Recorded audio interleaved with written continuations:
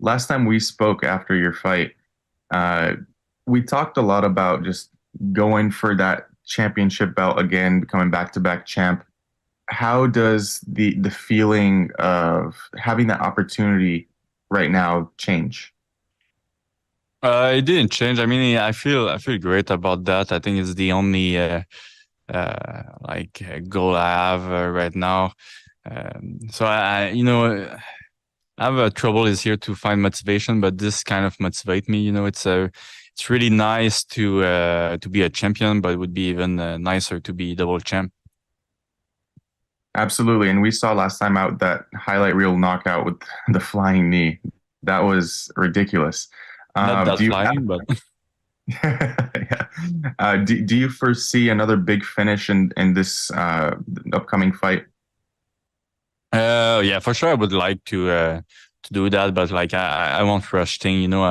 I think if I rush thing, I just gonna make mistakes. So I'm not like trying to push it, but for sure it would be great.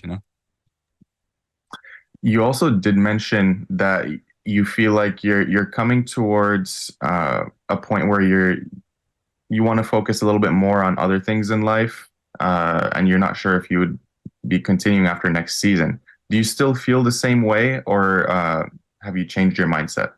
Oh no, I feel more than ever the same way. Um, that's gonna be my last season, that's for sure. Awesome. And last one for me, post-fight meal. I've been asking all the fighters, what are you planning? There's two really good restaurants in New York, and they are owned by a good friend of mine. So maybe I'm gonna go at Le Roc or Frenchette. It's probably the best meal I got in New York City, actually. And the only thing I like about New York is the food, and so I went in a lot of places, and those two places are amazing. Awesome. Thank you so much and see you on Wednesday. Best of Thank you. skill. Corey,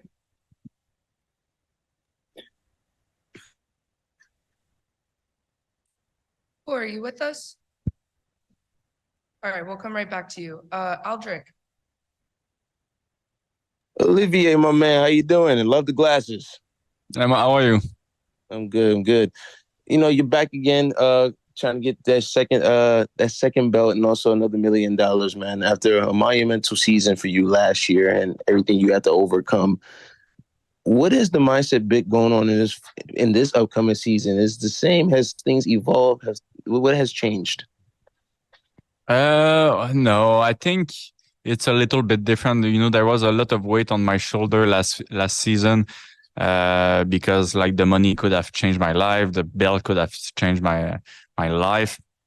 And this year it's a bonus, it's just to solidify everything. And so there is less pressure on me. And I actually do that for myself this season. I do it for my fans, but uh, like not for my how can I say that, like my family or everything else around that. You, money change thing, and the belt change thing too. So this time is just to solidify everything. So the feeling is a little bit different. It's maybe harder to get motivated, but it's still fun. I would say that I try more thing in the cage than last year, actually. All right, and obviously, you're fighting again in Madison Square Garden, and you've talked about doing that. I've asked you that question last year, and you brought a championship. Your teammate has done that. What does it mean to PFL bringing an event or multiple events to Canada since they're expanding globally? And how would you like to play a part in that, whether it's fighting or just being an advocate? I didn't hear all the question, but I think I know the question. So if I don't answer correctly, tell me. Um, but yeah, I would like to bring PFL in Montreal. That's for sure. And I think we have some problem with the commission. But that would be a really great way to finish my career. To bring PFL in Montreal. With that being said, it's gonna be on PFL. I don't want to do next year the season, so I don't know if they're gonna be willing to come in Montreal anyway if I fight on the card. But we're gonna see with them, and we're gonna see what they offer. But for sure, it would be a great way to finish my career to fight in Montreal. All right. And of course, you've been fighting for a long time, and you've very much made it aware that like, hey, pretty much I want to focus on other things. What would you say the mark that you left on the sport, Canadian MMA, and just in your life in general? Like, how has fighting shaped you to the man that you are, and going forward to the future? Do you mean how I changed the MMA scene in Canada? Yes, and but along as just like your whole entire fight career as a whole, like how has it evolved you, not just as a fighter, but as a person when it's all said and done? Yeah. Well, I think one of the thing that changed is I showed that PFL existed. That you can have a career outside of the UFC. And that you can be different than GSP2. We don't need to be all the same athlete. I think everybody could be different and unique. So I think that's the two main point. The fact that you can have a career outside the UFC and that we don't really need to all be the same when we fight. Thank you, and best of luck to you on Wednesday. Thank you. Corey. Is Corey still gone? Yep, Corey is still gone. Anyone else before we let Olivier go? Speak now. I'll ask one more. My man. My man. One of the things, you talk about food, right? And you said that's the best thing about New York. I would say, what is, in your career, what of the top 5 cities have had the best food? The top 5 cities. That's a good question. I think I won't say maybe a top 5, but I think the best moment I had after a fight, weirdly, it was in Las Vegas.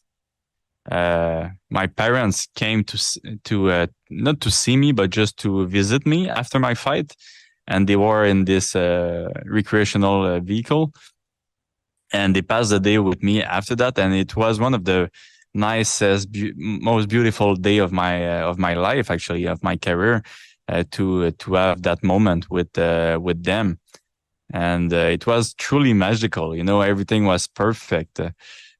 We had a good meal. We had a great meal. We had a great day. So that was a really good memory from one of the city that I don't necessarily like. Las Vegas is a little bit too much for me. And again, I think another great after party was in New York City, even though I'm not a big fan of New York City. I think it was one of the greatest after party after fight last year when I won the tournament, and the fight before too. I went to so many restaurants and I had so much fun. So I would say, even though I wouldn't go there for vacation, those two experiences were one of the best in my life. All right, I think we got Corey back. Corey? Oh my God, no. Olivier, can you hear me? Yes. All right. How are you doing? It's Corey from Tunnel Vision Sports. You're on a huge win streak and you're undefeated in the PFL. With a win Wednesday and another trip to the finals, is it time to start mentioning you among some of the best in the world at lightweight?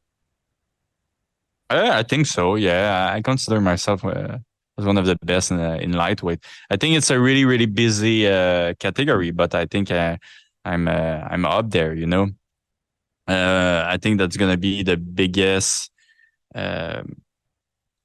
thing I will regret. After I retired, is not to fight for one against one of the top 5 before I end my career.